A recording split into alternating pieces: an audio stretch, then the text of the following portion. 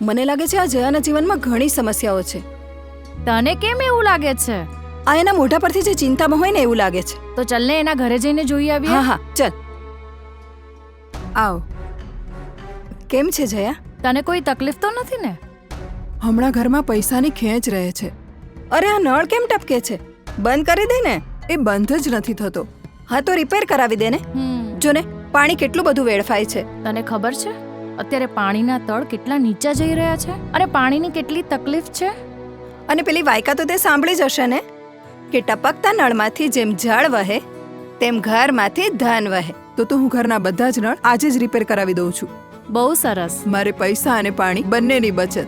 ઘરમાં લીકેજ થતા નળ, પાઇપલાઇન કે વાલ્વની મરામત સત્વરે કરાવીએ. સોસાયટી કે પડોશની બહેનોને પાણીની બચત બાબતે સમજણ આપી જાગૃત કરીએ. ટપકતા નળ રિપેર કરાવીએ અને ભૂગર્ભ જળ બચાવીએ.